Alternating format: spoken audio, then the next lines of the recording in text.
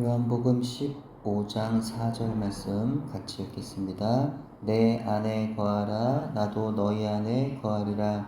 가지가 포도나무에 붙어있지 아니하면 스스로 열매를 맺을 수 없음같이 너희도 내 안에 있지 아니하면 그러하리라. 아멘.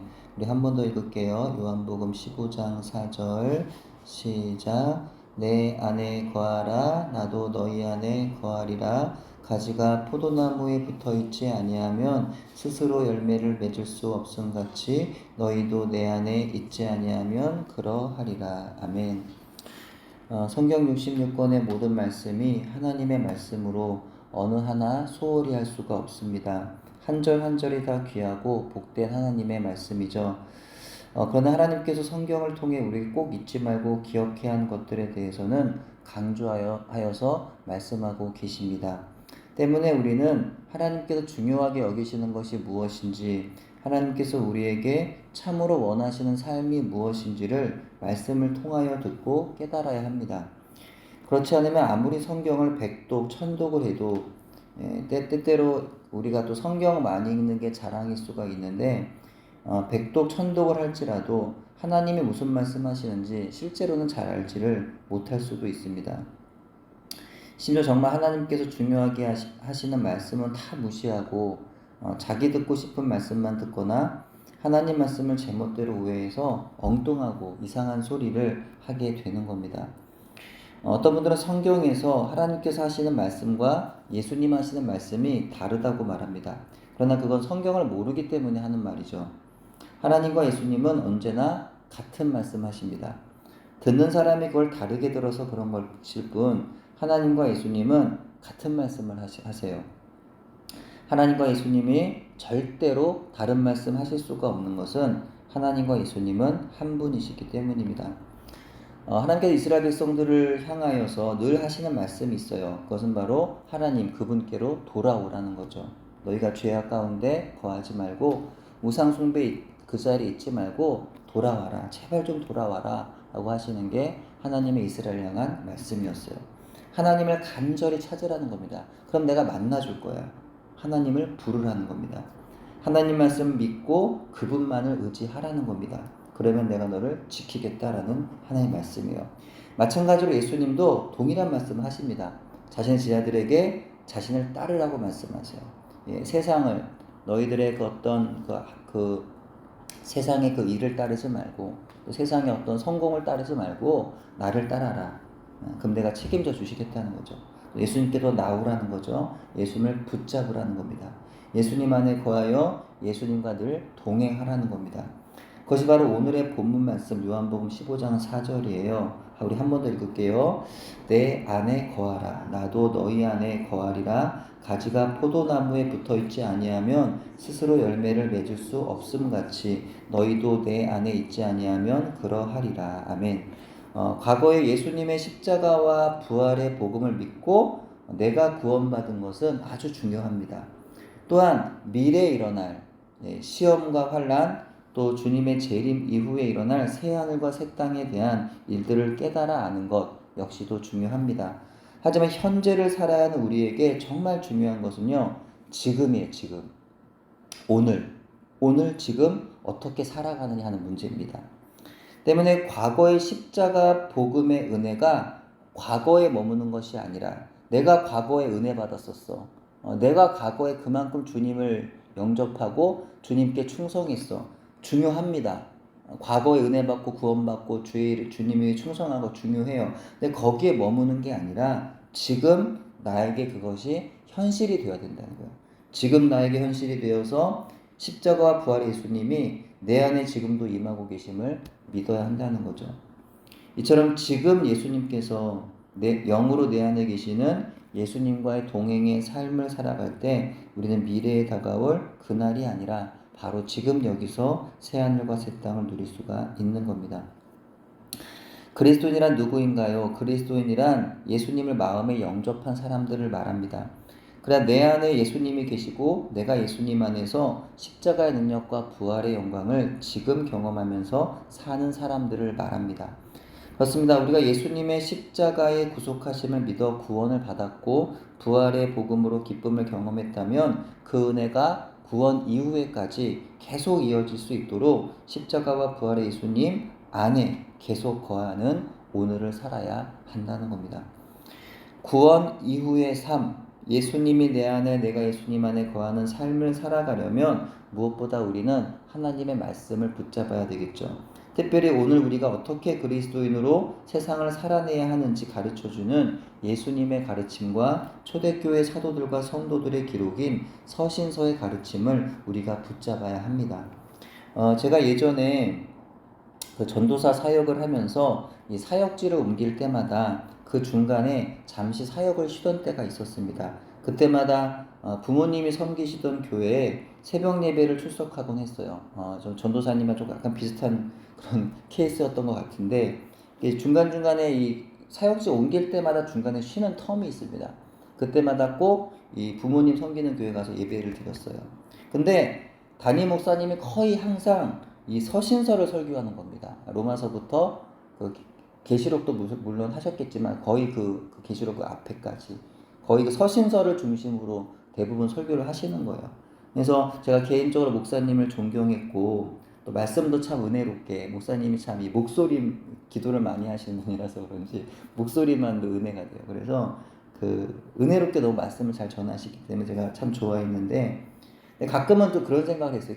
가만히 말씀을 듣는데 왜 서신서만 설교하실까? 이 말씀이 많은데 왜 서신서만 하시지? 막 그런 생각 가끔 했던 적이 있습니다.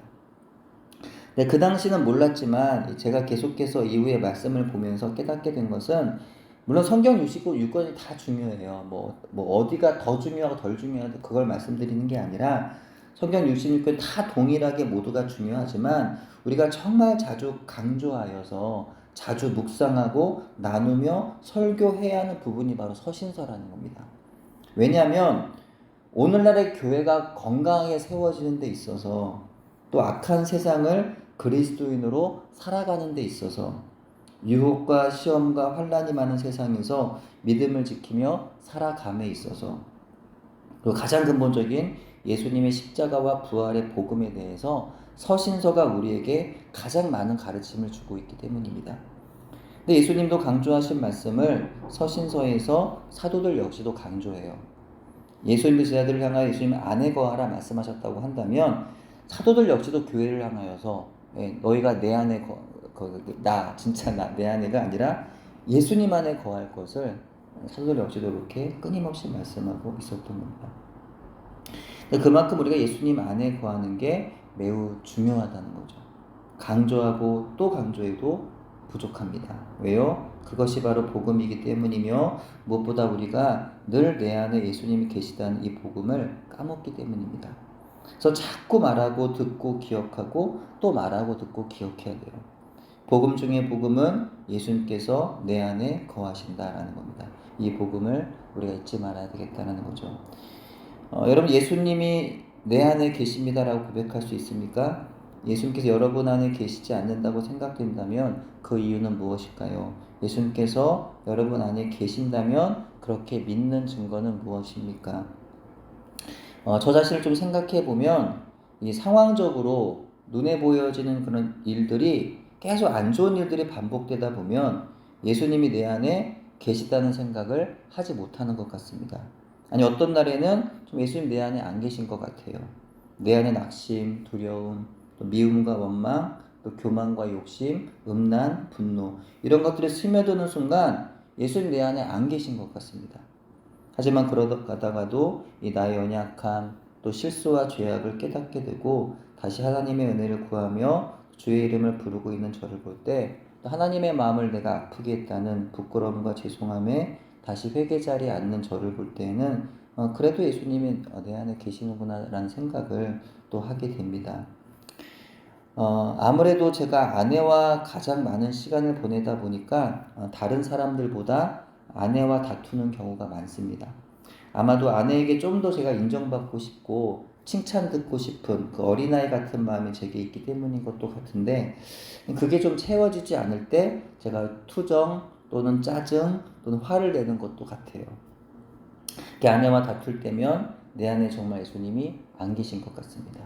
근데 제가 아내한테 가서 결국에는 사과하고 용서를 구하는 모습에서는 그래도 내 안에 예수님이 계시는구나, 이런 생각을 또 하게 됩니다. 우리 모두는 예수님께서 우리와 함께 계신다고 믿습니다. 성경도 알고 천국도 믿습니다. 그런데 마음에 감동이 없습니다. 성질 하나 바꾸지 못합니다. 불평, 원망, 두려움, 염려, 시기, 정죄가 사라지지 않아요. 그 이유는 단 하나입니다. 지금 우리와 함께 계시는 예수님을 인격적으로 알지 못하는 겁니다. 그러면 삶은 결코 변화되지 않습니다. 유기석 목사님께서 교역자 수련회에서 기도회 때 부목사 한 분이 베드로전서 1장 15절 16절을 읽고 거룩하기를 위해 기도하자 하시자 주님께 물으셨답니다. 주여, 무엇이 거룩한 것입니까? 주님 주신 말씀이 있으시답니다. 혼자 있을 때 주를 바라보는 것이다. 거룩함에 대한 너무 명확한 명언입니다. 많은 분들이 사람들의 눈만 피하면 되는 줄로 알죠. 그래서 보는 사람만 없으면 별의별 말과 행동을 다 합니다. 그러나 예수님을 마음에 영접한 사람은 예수님께서 언제나 함께 계심을 알아야 한다는 거죠. 그러면 부부싸움 할 수도 없고, 도둑질 할 수도 없고, 또 거짓말 할 수도 없고, 음란물을 볼 수도 없고, 남을 정죄할 수도 없고, 욕심 부릴 수도 없습니다. 저절로 거룩한 삶을 살게 되는 거죠. 여러분이 다른 사람을 의식하는 것처럼 예수님께서 언제나 여러분과 함께 하신다는 사실을 의식하며 살고 계십니까? 우리가 결심하고 한두 시간 정도는 거룩할 수 있을지도 모릅니다. 머릿속에 매 순간 떠오르는 악하고 더러운 생각들까지는 어쩔 수 없다 할지라도 적어도 그 생각을 말과 행동으로까지는 이어지지 않도록 해서 거룩하게 살 수는 있을 것 같아요. 하지만 하루 24시간을 온전히 거룩하게 살기는 매우 어렵습니다. 왜냐하면 사탄이 역사하는 세상이 우리를 가만두지 않죠. 사탄은 끊임없이 여러 가지 분주한 상황과 유혹과 시험거리들로 우리를 공격합니다. 잠시라도 예수님 안에 계심을 내가 잊는 순간 우리는 죄에 빠지는 거죠. 그래서 예수님의 사람 제자 훈련에서 강조하는 것이, 그래서 24시간, 하루 온종일 24시간 매 순간순간마다 예수님과의 동행을 이야기하더라는 거예요. 하루 24시간, 그리고 매일 그렇게 매 순간 내 안에 계신 예수님을 인정하고 그분 안에서 그분과 동행하는 삶이 훈련되지 않으면 우린 언제라도 다시 죄에 넘어질 수 있습니다. 그래서 우리가 때로는 모든 것을 내려놓고 쉼을 가질 때가 필요하지만 주님 말씀의 귀를 기울이는 것에는 쉴 수가 없겠다. 죄의 말씀 안에 쉼을 가져야지, 죄의 말씀 밖에서 쉼을 가지려면 우린 죄에 빠진다라는 거죠. 여러분, 예수님을 24시간 바라보십니까? 내 안에 예수님이 항상 계시다는 사실 믿어지십니까? 내가 하나님을 예배하고 봉사하며 전도할 때뿐만이 아니라 내가 일하고 공부할 때도, 심지어 내가 죄를 지을 때에도 예수님 여전히 내 안에 계시다는 사실이 믿어지십니까?